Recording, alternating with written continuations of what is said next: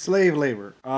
In the early days of World War II, what did it mean? What does it mean to be a slave in World War II? Okay. World War II, about that era. Okay. What are you if you are not from a country? Like, if you are in this country, or in a country, and you are not from that country, what are you?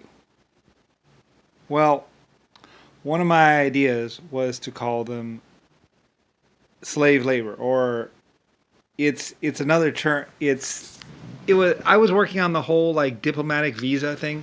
It's like a visa. It was a different time back then, and I was like, and they were asking me, and I had to deal with this whole problem of what exactly is someone that's not from a country. Like, if you're from Australia, your family's from Australia, you've always been in Australia, now you've come to America.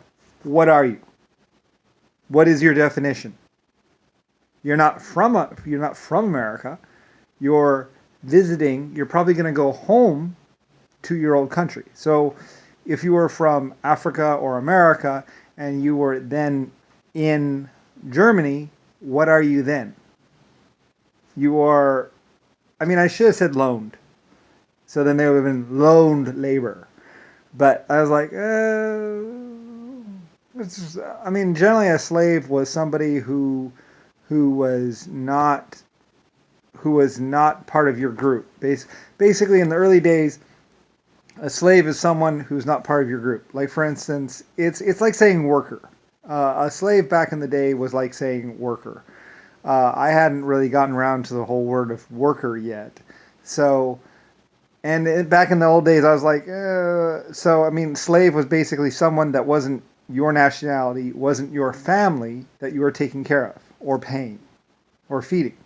So basically, slave back in the early days meant something completely different.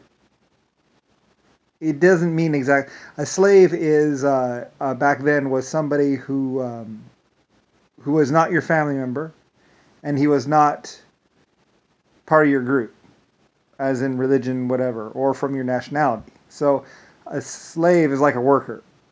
So when they say slave, what they really mean is worker.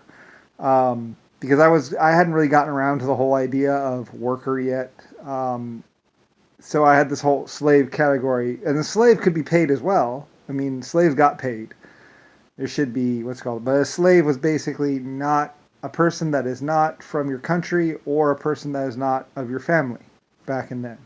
So when they say slave, it's misleading back on those cards, because that is a person, like I say, that's not your nationality and not your family member. They are outside group.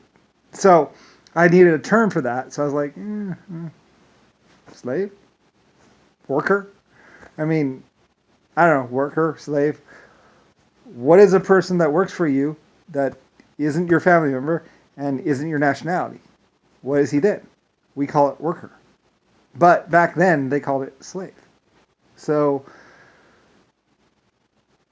it's misleading in the whole video, in this last video and stuff.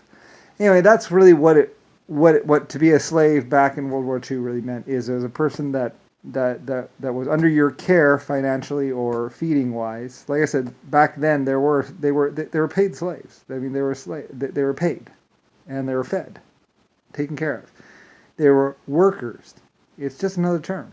That's all it was back then. So Germany didn't really have slaves. They had people that weren't of their nationality and weren't of their family that were working for them.